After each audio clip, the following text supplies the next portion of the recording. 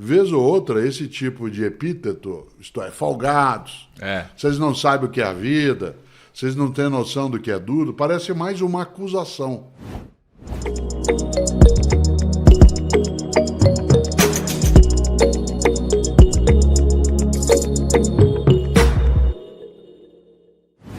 Seria a minha geração mais fraca que a sua? Porque vocês criaram tempos fáceis?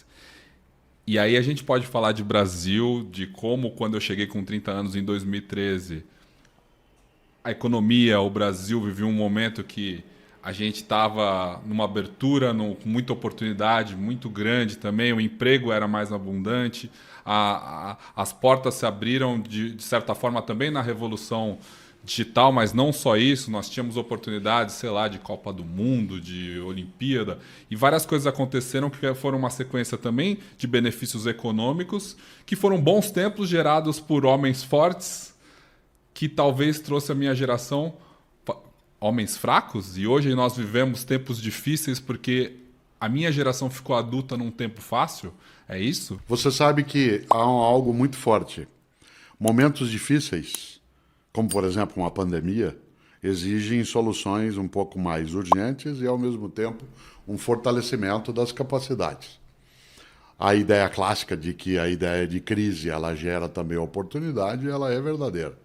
Afinal de contas, quando você tem uma agudização e, portanto, uma dificultação das condições de vida, você tem que ter mais energia. Dizendo o óbvio, nadar contra a corrente exige um esforço maior do que a favor dela, né? A grande diferença para mim, Pedro, é que eu sou filho, com todos os que nascemos nos anos 1950, de adultos que nasceram ou cresceram ou se casaram durante um momento dificílimo na história que foi a Segunda Guerra Mundial. Por exemplo, meu pai Antônio e minha mãe Emília, eles nasceram nos anos 1920. Pegando um exemplo concreto, minha mãe Emília nasceu em 1929. Ela nasceu no ano da crise, da quebra da Bolsa de Nova York. Meu avô espanhol, pai dela, era comerciante. Espanhol que era, veio para a Argentina com a minha avó Maria. Se conheceram na Argentina, eles vieram da mesma cidade, chamada Zamora, na Espanha, mas não se conheceram na Espanha, se conheceram na Argentina. E em 1929, quando minha mãe nasce, pense nessa sequência, né, para você entender o que significa isso que você levantou. Ela nasce em 1929, no ano do craque da Bolsa, em que a família passa a ter uma penúria para poder sobreviver. Ela nasceu 10 anos após o final da Primeira Guerra Mundial, em que milhões de pessoas tinham morrido, e nasceu 11 anos depois da gripe espanhola, uma epidemia que matou 18 milhões de pessoas e que, de um lado, retirou população por meio da morte, a guerra desestabilizou a estrutura, recompôs o cenário econômico mundial e levou algumas regiões do planeta, entre elas a América, né, a ter um crescimento maior. Minha mãe, nascida em 1929, quando ela fez 10 anos, eclodiu a Segunda Guerra Mundial. Ela tinha 10 anos de idade. E de 1939 até 1945, ela vivenciou também a rarefação, a carestia, né, a necessidade de um esforço grande para sustentar a vida, independentemente da camada social. Mesmo aqui no Brasil? Também, claro. Não havia trigo, não havia gasolina, né? Os carros eram movidos a algo chamado gasogênio, né? Não havia quase fartura, porque uma parcela dos produtos consumidos no Brasil, exceto o óbvio, né, da agricultura, vinham de outros lugares. Então, sim, houve um momento forte de penúria. Quando a Guerra Segunda termina, em 1945, ela termina com 55 milhões de mortos, né? O que significa que ela estava, em 1945, você imagine, né, com 16 anos de idade, já tinha passado por vários traumas. Sim. Ela teve de se fortalecer. Meu pai junto, 2 anos mais velho que ela. Isso tem a ver com algo. Em 1945, quando do término da Segunda Guerra, a humanidade passa a lidar com uma fúria desconhecida, que é a guerra atômica. Nunca na história humana nós tínhamos tido medo da morte coletiva. Exceto a percepção de algum tipo de evento em que um meteoro, algo vindo do espaço, o apocalipse das religiões, a ideia de que a humanidade poderia desaparecer era algo que não estava no horizonte. A bomba em Hiroshima e Nagasaki, em agosto, né, de 1945, oferece uma visão do horror, né, que ainda não tinha. Por que eu estou colocando tudo isso? Porque a geração de jovens que cresceu nos anos 1950, cresceu com a ideia de que tudo era muito difícil e para sobreviver você tinha que lutar muito, mas ao mesmo tempo tinha que aproveitar a vida. Junto com o desespero de ter que criar condição de vida, veio o rock, né, muito mais ligado ao mundo do aproveitamento, né, a ideia de fruição da existência, né, de uma capacidade de você não desperdiçar a própria vida, e não tenho dúvida, né, de que isso desagou no movimento hippie ou da contracultura dos anos 1960. O que isso tem a ver com a geração que nasceu no final dos anos 1970 ou 80. Os meus pais nos ensinaram, a mim e meus irmãos, a uma vida mais regrada, mais dificultada e a lidar com ela. A minha geração aproveitou o impulso econômico vindo no Ocidente para fazer faculdade, para criar a ideia de uma carreira com maior circulação de dinheiro numa sociedade mais industrializada e menos agrária. E esta geração, que é a minha, criou condições mais facilitadoras para poder ter bens materiais. Isto é, a geração dos meus pais saiu da penúria, a minha geração aproveitou o movimento, o impulso, e a tua geração fruiu uma parte dessa benesse. Eu não entendo que a tua geração é uma geração mais fraquejada, mas ela teve sim uma facilitação maior em relação a algumas coisas. A gente teve pais que fizeram faculdade, né? Sim. Tem, inclusive, quando a pessoa fala, nossa, na faculdade do meu avô, daí você até se assusta. Como assim seu avô fez faculdade? Sim. Isso é raríssimo, Sim. né? A gente teve um caminho facilitado, ao mesmo tempo que eu fico na dúvida, porque os anos 80 foram muito conturbados também. Planos econômicos que começam, o fim da ditadura. Como era ter 30 anos nos anos 80? Então, eu tinha 30 anos, claro, nasci em 1954, portanto, em 1984 o Brasil estava esgotando um ciclo, né, de uma ditadura cívico-militar, que tinha, sim, um constrangimento imenso no campo da liberdade de expressão, da capacidade, né, de convivência, e que estava agoniado no campo da economia. A inflação, naquele momento, ela era desesperadora. Você encontrava produtos que tinham um preço de manhã, outro no período da tarde. Eu tenho lembrança de quando era criança, as compras no mercado Sim, eram larga do escala. mês, né? 3 carrinhos, assim, porque no dia seguinte as coisas dobravam de preço, né? Mas havia algo que era um propósito. Para quem tinha 30 anos em 1984, havia um propósito que era a reconstrução da liberdade, da democracia, no que se refere a gente de camada média, né, de parte da elite burguesa, como o meu caso. A ideia era essa e, ao mesmo tempo, trabalhar uma expansão daquilo que seriam as possibilidades de carreira das várias pessoas em vários lugares.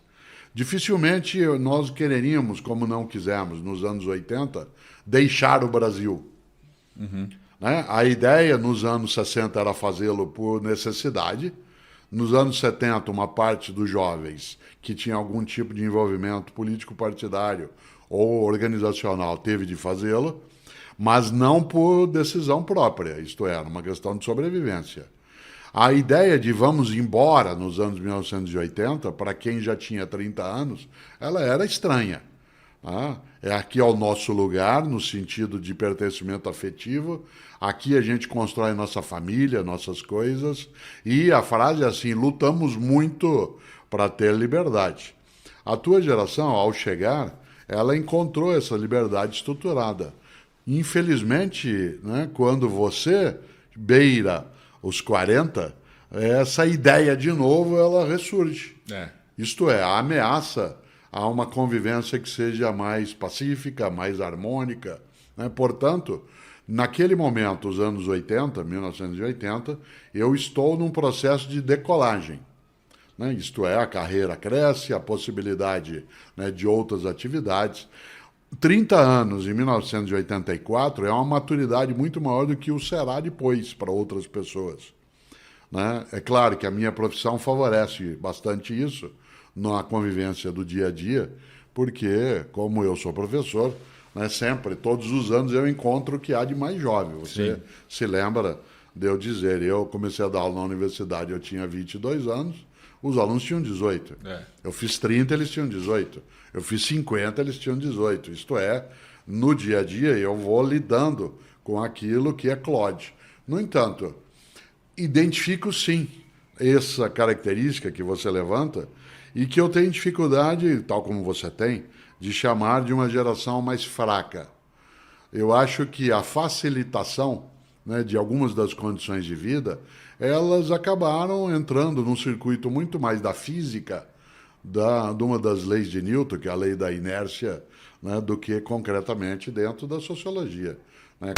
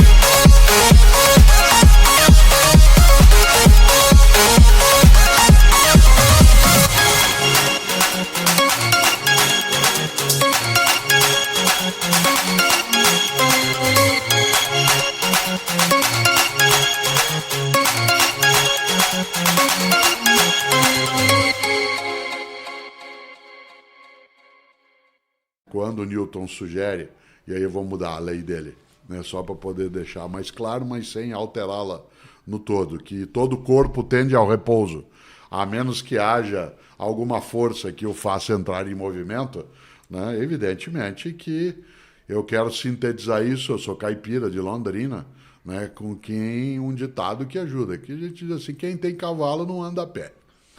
Né? Quem tem cavalo não anda a pé. Então, eu queria até trazer isso.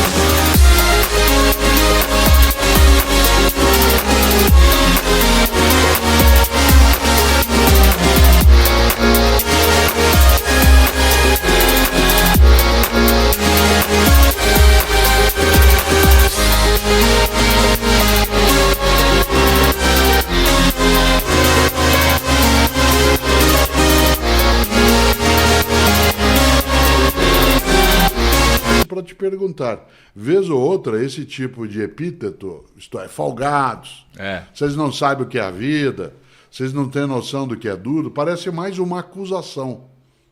Como se você, que veio depois, como na fábula do lobo e o cordeiro, né, mesmo tendo bebido a água depois, você fosse acusado de ter sujado a água que veio antes de você ter bebido. Então, eu não aprecio essa ideia de acusar, né? Isto é, dizer, essa geração, ela é frágil, ela é diferente, e ela encontrou a facilitação. Isso não é um demérito, né? Isso não é um demérito, mas é algo que é identificável, né? Você mesmo, na tua experiência, né? Você dificilmente teve algum dia, né? Quando você era criança, você teve a possibilidade de supor que você ia passar fome.